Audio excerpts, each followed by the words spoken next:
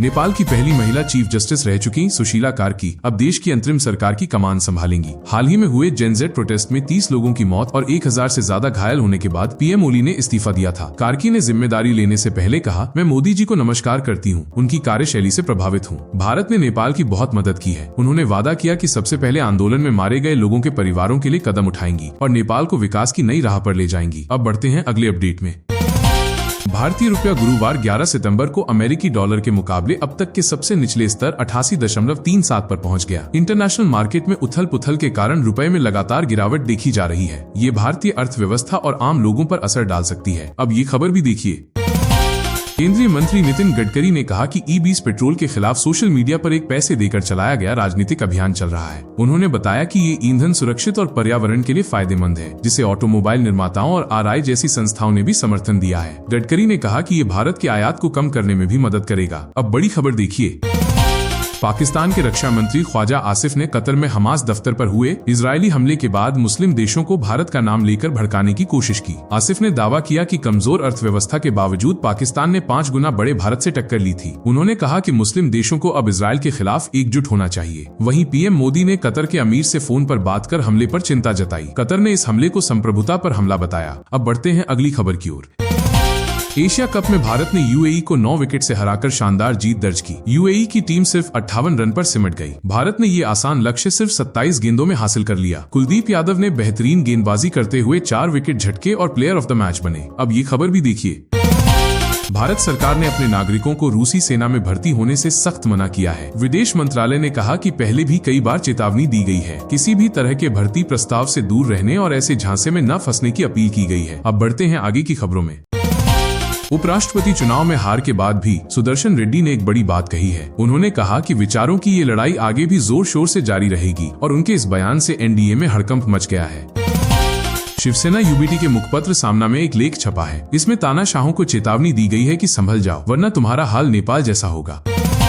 पूर्व उपराष्ट्रपति जगदीप धनखड़ ने आखिरकार चुप्पी तोड़ी है। उन्होंने नए उपराष्ट्रपति सीपी राधाकृष्णन को बधाई दी। आपको याद होगा, इस्तीफे के बाद उनका कोई बयान नहीं आया था।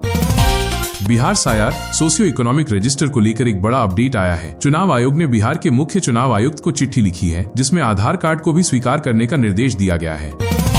कांग्रेस सांसद राहुल गांधी अपने संसदीय क्षेत्र रायबरेली पहुंचे हैं। वहां वो बूथ लेवल के कार्यकर्ताओं से मिल रहे हैं। ये उनके 2 दिन के दौरे का पहला दिन है। राहुल गांधी ने कांग्रेस अध्यक्ष मल्लिकार्जुन खड़गे की पोती को एक खूबसूरत तोहफा दिया है। वो उनके घर एक पपी लेकर गए थे। इसका वीडियो सोशल मीडिया पे बहुत वायरल हो रहा है।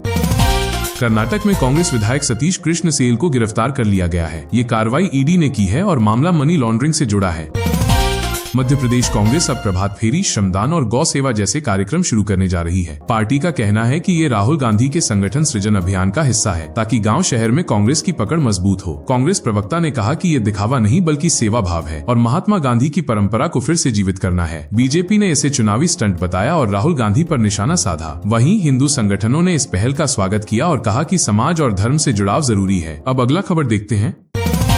भारत ने संयुक्त राष्ट्र मानवाधिकार परिषद में पाकिस्तान को आतंकवाद के समर्थन पर कड़ी फटकार लगाई। भारतीय प्रतिनिधि क्षितिज त्यागी ने पुलवामा और मुंबई हमलों का जिक्र कर कहा कि पाकिस्तान झूठ फैलाता है और आतंकियों को पनाह देता है। भारत ने स्विट्जरलैंड को भी अल्पसंख्यक मुद्दे पर घेरा। अब ये खबर भी देखिए।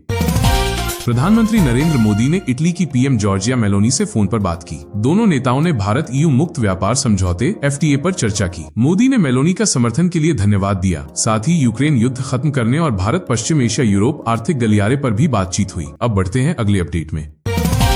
बरेली में एंटी करप्शन टीम ने प्रधानाध्यापिका सरिता वर्मा को 50,000 रुपए की रिश्वत लेते रंगे हाथ पकड़ा। शिकायतकर्ता राजकुमार ने निर्माण भुगतान के बदले कमीशन मांगने का आरोप लगाया था। जाल बिछाकर गिरफ्तारी हुई और कोतवाली में मामला दर्ज कर आगे की कार्रवाई जारी है। अब ये इंटरनेशनल खबर भी देखें। वॉशिंगटन डीसी में डोनाल्ड ट्रंप जब एक रेस्टोरेंट पहुंचे तो वहां प्रदर्शनकारियों ने उन्हें घेर लिया। भीड़ ने जोर जोर से फ्री फलस्तीन के नारे लगाए। सुरक्षा कर्मियों ने तुरंत ट्रंप को सुरक्षित बाहर निकाला। अब अगला बड़ी खबर भी देखिए। पंजाब में आई विनाशकारी बाढ़ के बीच रिलायंस ने 10 सूत्रीय मानवीय राहत अभियान शुरू किया है। अमृतसर और सुल्तानपुर लोधी के प्रभावित गांवों में टीमें जमीनी स्तर पर भोजन, पानी, आश्रय किट और पशुओं की देखभाल पहुंचा रही हैं। अनंत अंबानी ने कहा कि इस मुश्किल समय में पूरा रिलायंस परिवार पंजाब के साथ खड़ा है और हर जरूरतमंद की मदद करेगा। अब बढ़ते हैं अगली खबर की ओर। दिल्ली पुलिस की स्पेशल सेल ने पाकिस्तान की इसी से जुड़े जासूसी नेटवर्क का भंडाफोड़ किया है। इस मामले में नेपाल के प्रभात कुमार चौरसिया को गिरफ्तार किया गया है। प्रभात पर आरोप है कि वो भारतीय सिम कार्ड नेपाल के रास्ते पाकिस्तान भेज रहा था। जांच में पता चला है कि इनमें से 11 सिम कार्ड लाहौर और बहावलपुर में व्हाट्सएप पर एक्टिव थे। माना जा रहा है कि इन सिम कार्ड्स का इस्तेमाल भारतीय सेना से जुड़ी संवेदनशील जानकारी इकट्ठा करने के लिए किया जा रहा था। पुलिस ने प्रभात के पास से डिजिटल डिवाइस और सिम कार्ड के पैकेट बरामद किए हैं। अब बढ़ते हैं अगले अपडेट में। ओरेकल के को फाउंडर लैरी एलिसन ने अमीरी की रेस में इलॉन मस्क को पीछे छोड़ दिया है। कंपनी के शेयरों में 41% उछाल से उनकी संपत्ति एक दिन में 9 लाख करोड़ बढ़ गई है। अब वे दुनिया के सबसे अमीर इंसान बन गए हैं। अब ये खबर भी देखिए। चुनाव आयोग अब बिहार की तरह पूरे देश में मतदाता सूची का विशेष सघन पुनरीक्षण SIR करेगा। इसकी शुरुआत अक्टूबर के पहले हफ्ते से हो सकती है। बुधवार को आयोग ने सभी राज्यों और केंद्र शासित प्रदेशों के CEO से तैयारियों की समीक्षा की। अब बड़ी खबर देखिए। भारतीय रेलवे बिहार के निवासियों को एक त्योहारी तोहफा देने वाली है। पटना से नई दिल्ली के बीच देश की पहली वंदे भारत स्लीपर एक्सप्रेस इस महीने के आखिर तक शुरू हो सकती है। ये ट्रेन 1000 किलोमीटर की दूरी सिर्फ 11.5 घंटे में पूरी करेगी, जो कि तेजस राजधानी से भी तेज है। लंबी दूरी की रात की यात्रा के लिए बनी इस ट्रेन में कई आधुनिक सुविधाएं होंगी, जैसे कि कवच anti collision system, crash proof coach, CCTV, bio vacuum शौचालय, USB चार्जिंग पॉइंट और रीडिंग लाइट। इससे यात्रियों का सफर और भी आरामदायक होगा। अब आगे बढ़ते हैं। उत्तर प्रदेश सरकार ने एक बड़ा लक्ष्य तय किया है। 2047 तक यूपी को देश की सबसे बड़ी अर्थव्यवस्था बनाने के लिए एक रोड मैप तैयार किया गया है। सरकार का लक्ष्य है कि यूपी की अर्थव्यवस्था $6 ट्रिलियन तक पहुंचे। इस लक्ष्य को हासिल करने के लिए निवेश, इंफ्रास्ट्रक्चर और रोजगार पर विशेष ध्यान दिया जाएगा। अब अगला अपडेट देखिए। दिल्ली हाई कोर्ट ने सरकार को फटकार लगाई है। कोर्ट ने पूछा कि जब सरकारी स्कूल टिन शेड में चल रहे हैं तो वे निजी स्कूलों से कैसे प्रतिस्पर्धा करेंगे। कोर्ट ने शिक्षा की गुणवत्ता सुधारने पर जोर दिया है। अब अगली बड़ी खबर देखिए। भारत अमेरिका रिश्तों में चल रहे तनाव के बीच पीएम मोदी ने ट्रंप को जवाब दिया। मोदी ने कहा, भारत और अमेरिका नेचुरल पार्टनर हैं। हमारी बातचीत से दोनों देशों के लिए नए अवसर खुलेंगे। हाल ही में ट्रंप ने मोदी को अपना बहुत अच्छा दोस्त बताया था और कहा था कि वे जल्द ही बातचीत को लेकर उत्साहित हैं। रूस से तेल खरीद और टैरिफ विवाद के बावजूद दोनों नेताओं ने भरोसा जताया कि बातचीत से मतभेद दूर होंगे और रिश्ते और मजबूत बनेंगे। अब बढ़ते हैं अगली खबर में। केंद्रीय कैबिनेट की बैठक में पीएम मोदी की अध्यक्षता में बड़ा फैसला लिया गया। 7,616 करोड़ रुपए के निवेश वाली 2 परियोजनाओं को मंजूरी मिली है। सरकार का कहना है कि इनसे रोजगार के मौके बढ़ेंगे और देश की अर्थव्यवस्था को मजबूती मिलेगी। अब ये खबर भी देखिए। GST 2.0 पर सरकार ने नया आदेश जारी किया है। अब दिसंबर तक कंपनियों को पुराने प्रोडक्ट्स पर नई कीमत का स्टिकर लगाना होगा। साथ ही पुरानी MRP भी दिखानी होगी ताकि ग्राहकों को कीमत में अंतर साफ नजर आए। अब बड़ी खबर देखिए। भारत अमेरिका ने व्यापार वार्ता फिर से शुरू करने का ऐलान किया है, लेकिन राष्ट्रपति ट्रंप के सलाहकार पीटर नवारो मानने को तैयार नहीं। उन्होंने भारत पर रूसी तेल खरीद और ऊंचे टैरिफ को लेकर हमला बोला। नवारो ने X पर पोल कर दावा किया कि भारत की नीतियों से अमेरिकी नौकरियां खत्म हो रही हैं, लेकिन पोल में बहुमत ने उनकी राय खारिज कर दी। सोशल मीडिया पर घिरने के बाद नवारो ने भारतीयों को निशाना बनाया और आरोप लगाया कि भारत के लोग तथ्यों को दबा रहे हैं। वहीं ट्रंप ने कहा कि दोनों देश व्यापार बाधाएं कम करने पर काम कर रहे हैं। अब अगला खबर अपडेट देखिए।